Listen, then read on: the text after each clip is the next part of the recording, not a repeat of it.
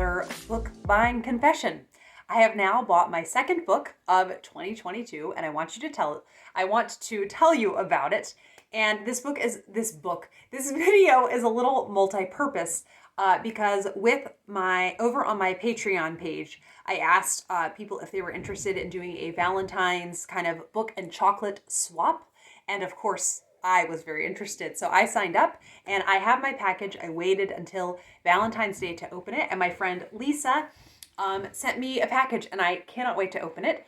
And then also I just wanted to show you, I love Valentine's Day in case you couldn't tell. And I did a Valentine's card swap with Betsy Tacy Friends. And so it's been really fun to receive these in the mail. And I really love these kind of vintagey looking ones. And then Melissa, who is one of my patrons, she gave me this Tasha Tudor one, and I just think it's so pretty. So yes, I just love Valentine's Day, and yesterday I watched The Glass Slipper, which was it's a Cinderella retelling. It's made in 1955. Leslie Caron plays Cinderella, and Michael Wilde plays the handsome prince, and it's really short and sweet, and I really, really love it. She's kind of a rough around the edges Cinderella. And then I started watching the live action Beauty and the Beast after the boys went to bed because I knew the Beast would scare Arthur. And so I'm halfway through that, and then I'm also halfway through this Cinderella that it's called Cenerentola, and it's set in 1950s Rome. And I just love that setting for it. It's so good. And that one is on YouTube, and I think it will stay on YouTube for a long time. It looks like the copyright issues they have, like it's just allowed to be on there. I highly recommend that one. So I will link all these down below. And then I'm also toying with maybe watching the same company that made a version of The 1001 Nights. And it also, Vanessa Hessler plays Cinderella in Cenerentola. And she also plays the main heroine in 1001 Nights. And then maybe Beauty and the Beast cartoon. And then also, what was the other one? I have The Quiet Man, the DVD I checked out from the library. So that could be fun. It's been a long time since I've watched The Quiet Man. And of course, the Lily James Cinderella is like always top priority for Valentine's Day. So I need to get going with my filming though, because the boys are doing their kids yoga morning routine, and then we're going to be doing school. And so I just wanted to film this quickly. So on to the book that I ended up buying. I am being very choosy this year because I have decided, and it's scary, that I will only buy 12 books this year. So we're going to see. These videos will keep me accountable if I actually end up sticking with that. And Middle Grade March is coming, and I am so excited for it. I honestly enjoy it as much as Victober, and it's very much a foil to Victober. So I just love when springtime is just around the corner and we're getting more daylight, all of that. And I have really been fine-tuning my Middle Grade March TBR. I will be putting that up. It will be like maybe the day before March starts or something. I was looking at the calendar. But it will be going up before Middle Grade March, but very close to when it actually starts. And keep thinking about those authors that I want to read and making a priority of the ones that I just really want to read. And Miranda Mills on her Instagram. And then she also talked about, I think it may be her favorite books of the year, Rosemary Sutcliffe's The Armorer's House. So here is my copy. There is a newer publishing house that has made a newer edition, and it is a hardcover. It looks beautiful, but I did not feel like spending that much on a book that I hadn't read yet. So why I bought this is that the library did not have it, and I really want to read this. So I was very pleased with the condition that this came in, and it comes with the plastic slipcover, and it's about Tamsin. And it says, if only she'd been born a boy, Tamsin would never have been sent away to Uncle Gideon's, the armorer's house, when her grandmother died. She could have stayed by the wild sea that she loved with her Uncle Martin, the ship merchant.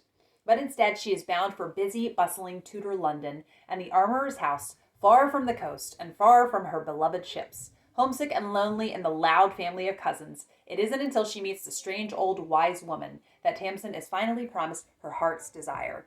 So Rosemary Sutcliffe is one of these authors that I keep hearing about Kate. You'll love her, and that she is just totally my cup of tea. And I think from the reviews I've seen on Goodreads also, this is very much like following her daily life in Tudor England with lots of domestic details in there and all of the things that I love. And then I will read you just the first paragraph because I was like, we are going to be off to a great start. And the first chapter is called Sales at Billingsgate. Tamsin Caunter stood on the doorstep of the little gray house and watched the gray sky above the treetops, and shivered in the gray March wind that seemed somehow colder than any wind she had ever known before. Her Uncle Martin, who had come out from Bideford to see her off on her journey, stood on the doorstep too, holding her hand in a large, warm, consoling clasp, and talking cheerfully about the glories of London town. But he was almost as miserable as she was, and they were both listening all the time for the clip-clop of horses' hooves on the cobbles, because Uncle Gideon had just gone to bring round the horse on which he was going to carry Tamsin away to London. So I cannot wait to read this, and it comes just very highly recommended, and the things that people said about it, the positive things, are all these things that I love to check off, and it seems, so this is not going to be one of those like glorying in the beauty of nature kind of books because she's in the city, but I am getting kind of the feel that this might be like the Tudor England version of Miracles on Maple Hill by Virginia Sorensen, which I loved. So yes, it has just been long enough that I have not read a Rosemary Sutcliffe. She's written a lot of historical fiction, and I was telling my dad how I had ordered this, and then he gave me Dawn Wind by Rosemary Sutcliffe. So this does not count for my tally because I'm not counting gifted books towards my tally. And this one looks fabulous as well. And he found her through an Arthurian kind of book that she's written. And what is the setting of this? Saxon warriors, the last great battle of Aquae Solis, and Owain is the main character. And it's just following him after while he works for a Saxon farmer. And I'm just very excited that hopefully this could be an author I could love. I have not read any of her books. So that is the second book that I have bought this year. And I really liked, I thought if there's a time I'm going to buy a book, Middle Grey March is definitely a time I want to buy a book for. So this will be my top priority book in the month of March. And I will let you know what I think of it. And I still think I'm going to do my Barnes & Noble trip and see if there's anything that I want, but I'm not going to, force myself to buy a middle grade book if I don't want. There are a couple books I have been toying with buying, and I saw that Barnes & Noble does have them, so we will see. So now, on to my package. Let us see what is in here. This is a heavy package, and Lisa, my friend, has spoiled me. So she has one here, and it says Made in North Carolina. Oh my goodness. What is this? Oh, pecan toffee. And you know what? Peter has a tree nut allergy, so I can't even feel bad not sharing this with him. Pecan toffee. Thank you, Lisa. My mouth is watering. This looks amazing. Let's see. The next thing is, you spoiled me. Oh my goodness. So this is, a dark chocolate Toblerone. Oh my goodness. I love these. The Ritter milk chocolate, butter biscuit, and cocoa cream. These are amazing. And then, oh my goodness, I actually, no joke, was eyeing this in Target the other day. Carmelo. Oh, I am so excited for this. Oh my God, Lisa, this is ridiculous. Not that I'm complaining. Okay, first, I should open the card. Oh, what a cute card.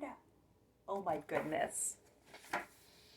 I hope you enjoyed this fun package as much as I enjoyed creating it for you. Have a lovely Valentine's Day, Lisa. Thank you. All right, then there's this book. Let's see what it is.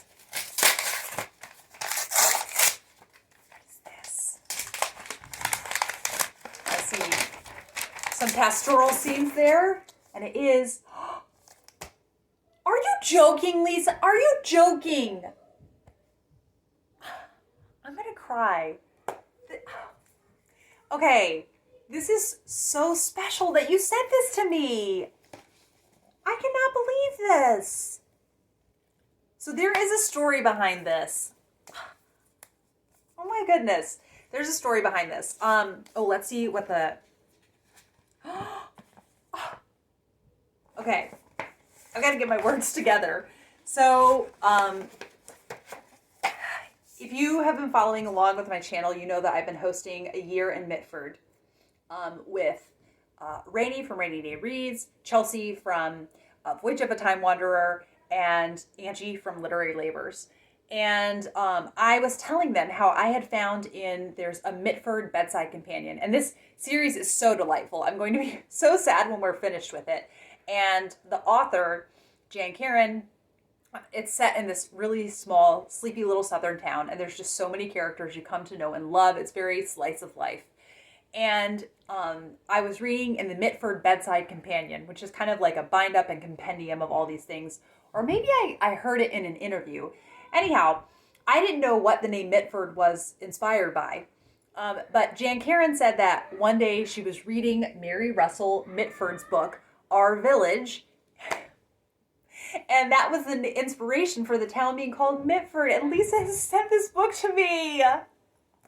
I'm so excited. And let's show you. And it's an illustrated edition. Oh my goodness. So this book was published in 1834. And it's going to feel like Mitford. It's very slice of life and little sleepy town. And she was a British author.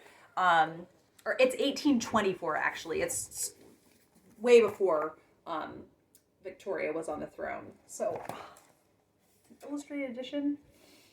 All right, I'll just read you a little passage because it's beautiful. It says, "One of those delicious autumnal days when the air, the sky, and the earth seemed lulled into a universal calm, softer and milder even than May, we sallied forth for a walk, in a mood congenial to the weather and the season, avoiding by mutual consent the bright and sunny common, and the gay highroad, and stealing through shady, unfrequented lanes, where we were not likely to meet anyone, not even the pretty family procession, which in other years we used to contemplate with so much interest, the father, mother, and children returning from the wheat field, the little ones laden with bristling, close-tied bunches of wheat ears, their own gleanings, or a bottle and a basket, which had contained their frugal dinner."